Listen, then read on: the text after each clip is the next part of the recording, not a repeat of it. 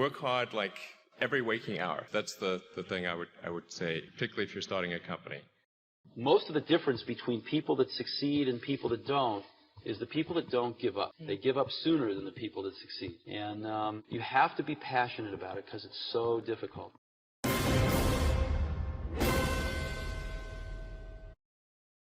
think the first is, depending upon how well you need to work super hard. So what does super hard mean? Well, when my brother and I were starting our first company, instead of getting an apartment, we just rented a small office and we slept on the couch.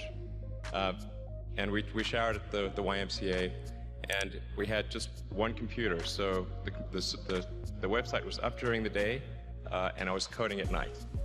7 days a week, all the time. Work hard like every waking hour. That's the thing I would say, particularly if you're starting a company. And I mean, if you do simple math, say like, okay, if somebody else is working 50 hours and you're working 100, you'll get twice as much done in the course of a year as the other company. Sometimes people come to me and say, I want to start a company. And I say, why? They say, oh, I want to make lots of money. I say, forget it. That's not a good enough reason. You will not, most likely you will not succeed. Most people that have started companies because they want to make lots of money, I haven't seen very many of those succeed. The ones that succeed are people that come, sometimes they don't even want to start a company. They just have an idea that they want to get out, express out into the world.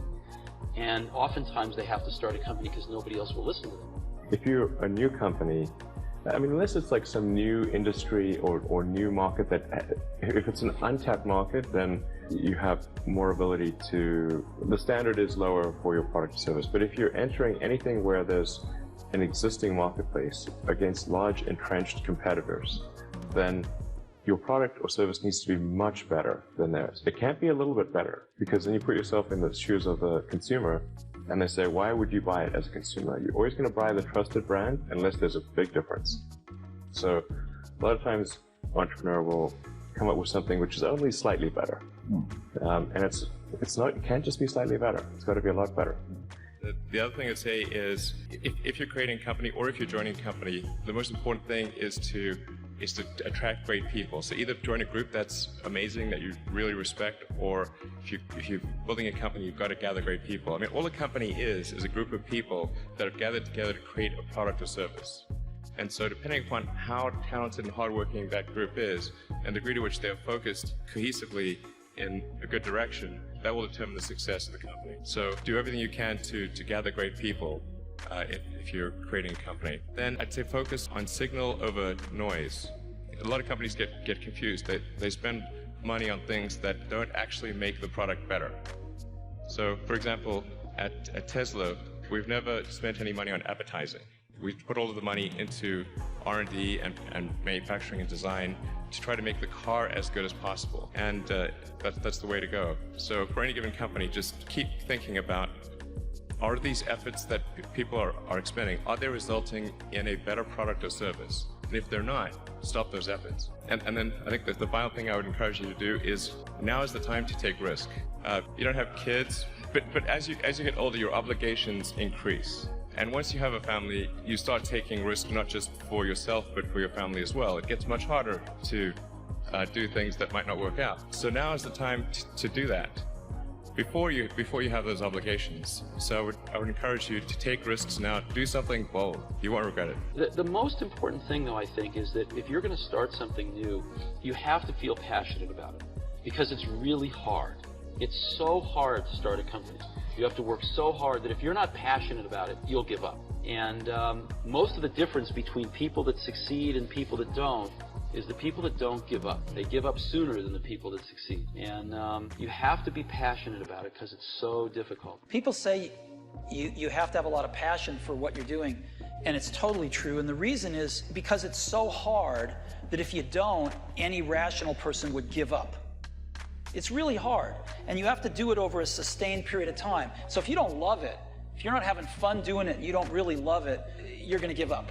And that's what happens to most people, actually. If you really look at the ones that ended up, being successful, unquote, in the eyes of society, and the ones that didn't, oftentimes it's the ones that are successful loved what they did so they could persevere when it got really tough.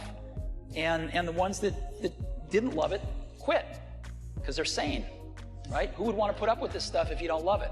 So it's a lot of hard work, and it's a lot of worrying constantly. And if you don't love it, you're going to fail. So you got to love it. You got to have passion. I'm convinced that about half of what separates the successful entrepreneurs from the non-successful ones is pure perseverance. It is so hard. You pour so much of your life into this thing. There are such rough moments in time that most people give up. I don't blame them. I mean, it's really tough, and it consumes your life. I mean, if you've got a family and you're in the early days of a company, I can't imagine how one could do it. I'm sure it's been done, but it's rough. I mean, because it's pretty much an 18-hour-a-day job, 7 days a week for a while. So unless you have a lot of passion about this, you're going to not survive. You're going to give it up. So you got to have an idea or a problem or a wrong that you want to right that you're passionate about. Otherwise, you're not going to have the perseverance to stick it through. My model of business is the Beatles. You know, they were four very talented guys who kept each other's kind of negative tendencies in check. They balanced each other, and the sum was greater than the total was greater than the sum of the parts.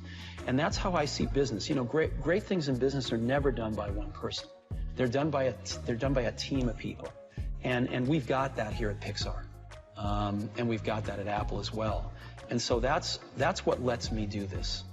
Well, you know, with the Beatles, when they were together, they did truly brilliant, innovative work.